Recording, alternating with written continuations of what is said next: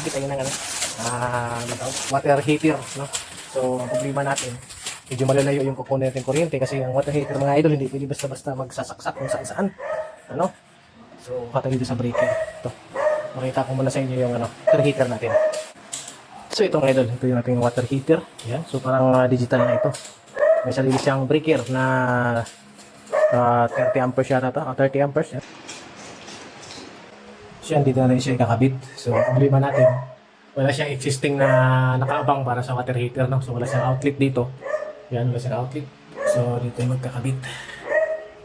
So, siyempre, pag water heater, yung sinasabi ko nga sa inyo na hindi basta-basta magsasaksak na saan. So, maglilinya tayo. Ang challenge sa ating mga idol ay medyo malayo-layo yung ating pagkakuhaan. So, wala yung breaker. Doon pa yung breaker, oh. Yun, yung may taong nakagreen. So, mula dito. Dito yung breaker. Yan. Balik ka dyan na putubaking ka sa vlog ko. So, yan mga idol. Yan, dito yung existing na breaker nila. So, yan, oh. Plug in. Mga sinaunang style. Yan, plug in. So, mula dito, hanggang dun yung CR. Hindi rin pwede pa natin doon sa loob. Di ba? Pangit naman tingnan yung flexible natin. Kung lusad natin sa mangyari, ikot sa likod, dito sa likod. Yan. Kasi may existing din. Sundan lang natin to. Yung breaker nandito sa likod nito. So, mula dito, yan. Bye-bye tayo dito. Yan o. Kaya mahaba. 25 meters. Papunta dun. Dito dun. Tapos iikot pa tayo sa likod dun sa CR. Dito natin. Ito yung CR eh. Yan. Yan yung CR. So, dito papalusot sa bintana yung wire. Bye-bye dyan. Tapos punta sa likod. So, electrician tayo ngayon mga idol. Electrician. So, yan. So, ang pagkakabit ng water heater ay dapat alam.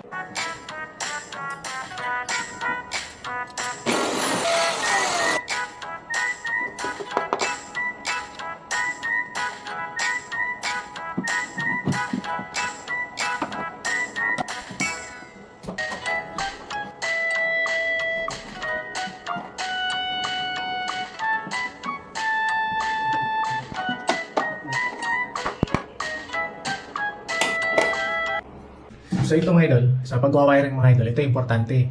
Ito yung live, ito yung neutral, ito yung earth. Yan, earth yan. So ibig sabihin, ground. Ito ground. Ito naman, pag line to line lang tayo, kahit magbaliktaran, goods yan. Ito. Ang pagkakabit ng water heater mga idol, ay importante yung ground. Kasi para delikado yung kailangan ito, mag-install tayo ng ground. Sa ground, lagay tayo sariling ground, no? Sa baba. Hindi pwedeng itatago na natin dito sa box. So, gagawa tayo dito, papunta doon sa baba. Naglalagay tayo ng ground doon. So, kasi importante yun. Kasi pag may exist na kuryente mga idol, siyempre doon ang tapos sa ground. Kung wala kang gano'n, masisira yung heater mo. So, tama ba yun? Basta tama yun. Iba ko lang sa inyo. Ito yung supply natin mga idol. So, supply. Yan, galingan doon sa breaker. Ito. Tapos, pinasok rin sa ating box. Ito, punta dito. Ito yung supply. Yan.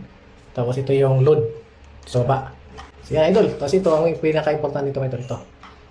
Ground, yan. So, ilalabas natin itong ground dito. Ilalabas natin dun sa labas. Tapos, gagawa tayo dun sa gilid ng pagkakabitan ito. Kasi, napaka-importante ito mga idol sa mga heater. Kahit sa anong appliances. Ito. Kasi pag may excess nga na kuryente, dito natapon. Isasalpak na natin ito dito. Diyan. Sa box. Okay? Yan yung supply natin mga idol. So, pumasok na yan dun sa bintana at pinadaan. Tapos ito yung sa ground natin. Gawa tayong sa ground. Yan, ito yung importante mga idol. Yan. Baba natin dito. Bubutas tayo dito, lagay tayo ng bakal.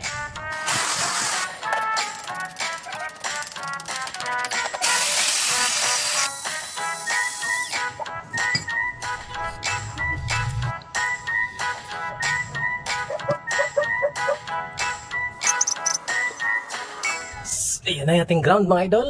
Yan, sa loob yan. Doon. So ito yung existing nilang board panel mga idol. Yan. So dito tayo maglalagay sa isang space na yan. Bakante. Yan. So, siyempre, patay natin yung breaker. Patay natin yung breaker mga idol. Bago tayo ito. Very tatap dyan. Para maikabit natin yung supply ng supply ng water heater.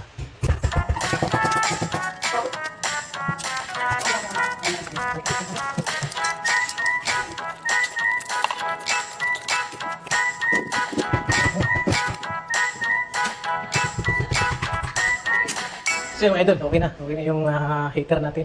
So pakita ko sa inyo. Yan. So yan idol, nakailaw na. May supply na yan idol. So dito lang yung couple. Ayan o. Ayan, no? Tapos digital. Basta pinipindot nyo yan. So, ayan, ayun. At least may power. Nakita nyo. Ayos.